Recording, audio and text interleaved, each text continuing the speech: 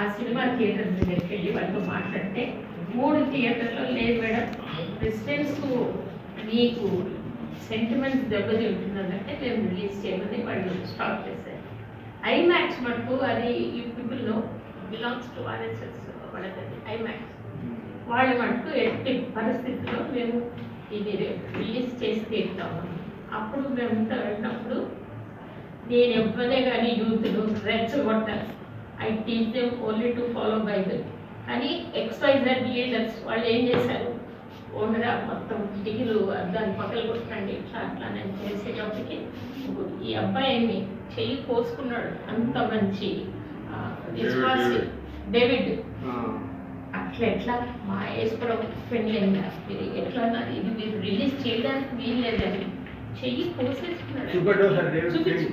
నేను కోసుకునేది ఏదో నేను కనపడాలి కదా, కానీ నన్ను బ్రతికించిన దేవుడు, నా కుటుంబాన్ని రక్షించిన దేవుడు, ఆయనకు పెళ్లి కాలేదని మొత్తం భూగోళంలోనే అన్ని గ్రంథాల కంటే బైబిల్ అమ్మడబోతుంది.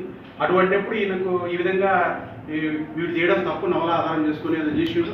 ఇది ఖచ్చితంగా ఆపాలి. రాజశేఖర సార్ ముఖ్యమంత్రి ఉన్నాడు, వెంటనే నా చెయ్యి కట్ చేసుకున్నాను.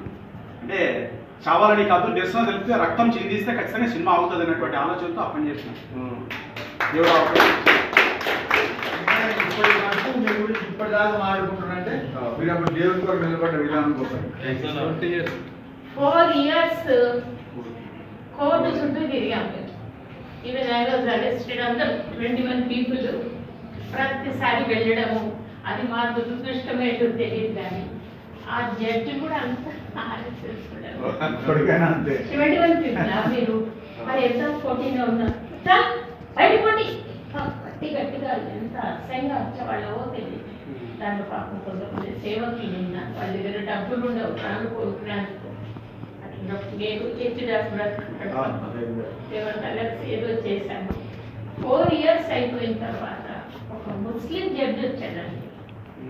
ఆయన చూసి క్రిస్టియన్స్ అంటే they are good social worker, they are good teacher, they are in medical field, అన్నింటిలో వాళ్ళు కూడా ఎంత వండర్ఫుల్ సేవలు చేస్తుంటే 4 ఏళ్ళ నుంచి వీళ్ళని మీరు చెబుతున్నారు అని అంటే అది డావిన్సీ కోడ్ మూవీ.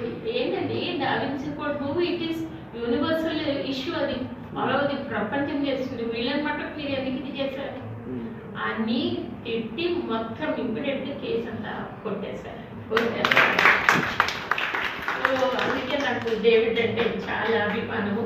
ఏదన్నా అంటే ముందుకు వెళ్ళిపోతాడు. Thank you.